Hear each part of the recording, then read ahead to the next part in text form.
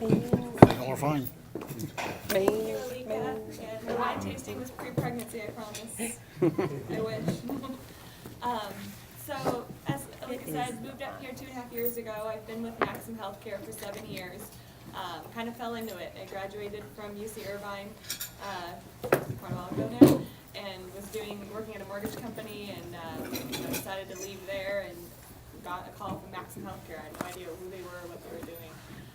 Went to the interview and just really fell in love with the training program. Maxim's a nationwide company. They're a provider for skilled nursing services and non-medical services, and they pretty much trained me in 1 year to be able to run an office. I've definitely learned and grown in the past 7 years, but that training program is really, really great.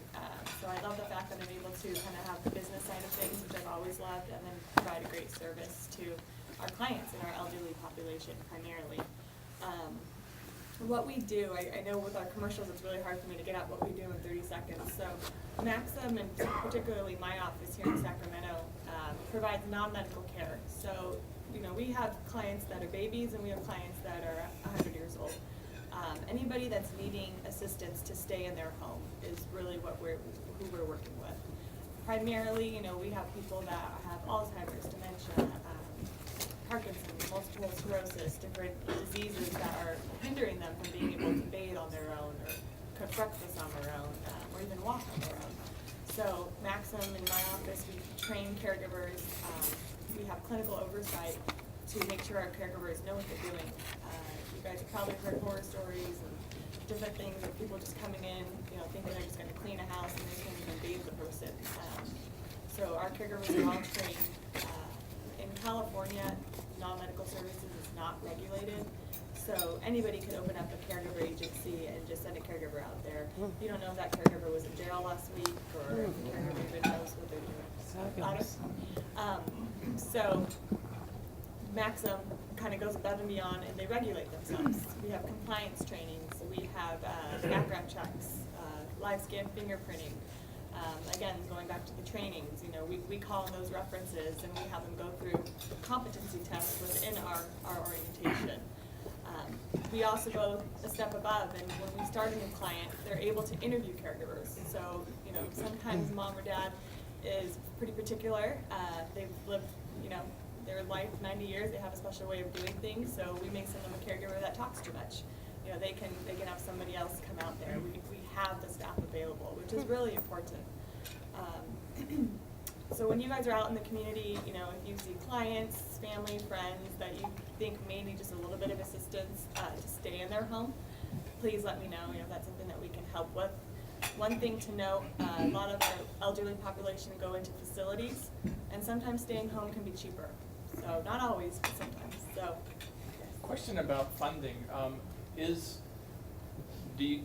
Of all of your clientele, is there a certain percentage of it that pays for it all out of pocket versus some form of assistance? Is there medical insurance, Sure. State assistance, Medicare, any of that stuff? That's a great question. Primarily, non-medical services is not covered by commercial insurance. So your PPOs and HMOs aren't going to cover it. I wish they did. But it's mostly private pay, out of pocket. We have Maxim in my office work with different county programs. So we have a lot of low-income seniors where they get 16 hours a month or 20 hours a month. It's kind of like a respite, and it's funded through the county, veterans programs. There are different programs available. So if we get a call and somebody can't afford our services, we're definitely referring them out to those county programs. It's not much, but it helps. The other part of non-medical care, it is covered by long-term care insurance. So that stuff that Mary's selling, people that were wise enough or had the wherewithal to purchase it, which to me doesn't seem like it was really around back then, but there's a lot of people that have CalPERS, John Hancock, Transamerica, and that long-term care policy does cover non-medical services almost always. And we're really experienced in looking at their benefits, helping them get going, so we can just bill the long-term care insurance directly. We're contracted with all of them. So, yeah, good question. Any other questions? What do you do? June 7th. Have you found out the sex of the baby, or are you? Yes, we're having a girl. Oh. Thank you. Thank you very much. I've got aging relatives across the country, but as they develop needs for your services, can you help them across the country, and does that benefit you at all? Yes, I can help them, and no, it doesn't benefit me, but it does, you know, personally, so financially, no, but that's a very good question. Maxim is known for their skilled nursing services. We have 300 offices nationwide, but the non-medical is primarily in California. Last year what we did, and I was one of the managers that went out and trained other managers all over the country to start the non-medical piece. So a lot more of our states and, you know, offices in those states are doing non-medical services. I'd say, you know, almost all of them now. So yes, we can help you. Liz, do they do not like some light housekeeping too, or what type of services are available? Yes, so they can provide light housekeeping, personal care, meal preparation, transportation to doctor's appointments. Laundry? Laundry. The only thing we've ever had issues with light housekeeping is sometimes we get somebody that wants a caregiver to come in and clean their whole house. This is a caregiver that's been trained to provide care for an individual, Right. and they can do laundry, linens, sweep, vacuum, the whole thing, but they're not a maid. You know, it's two different, you know, services. So. Right. My aunt and uncle, who were in their mid-90s, used another company, and they did not like it. They went through about 30 different people with that other company in 2 years. And then they came upon Maxim, and they have round-the-clock care, you know, 24 hours a day, 7 days a week, and these people log every medication that's given to them. They take them to the doctors. They take them to my aunt goes weekly for her hairdo and for her nails, and you know, she's very prim and proper, and you know they take her, and you know they actually become friends. And my aunt had actually, I was talking to her today, and she said she could not imagine living without having Marianne around. Right, that's great, yeah. No, and that's a great point, Brian. We have a client, you know, the caregivers become their family, really.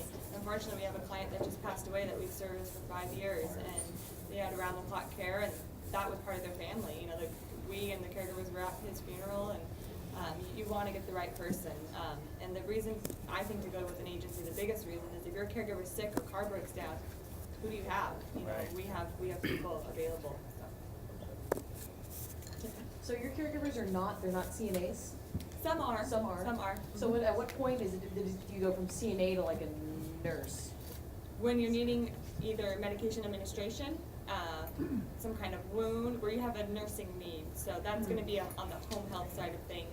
People that have wounds need insulin injected, anything that a nurse is required to do by law, essentially. So the difference between a caregiver and a CNA in California is really not the same. They can do the same thing, but a nurse, if you're needing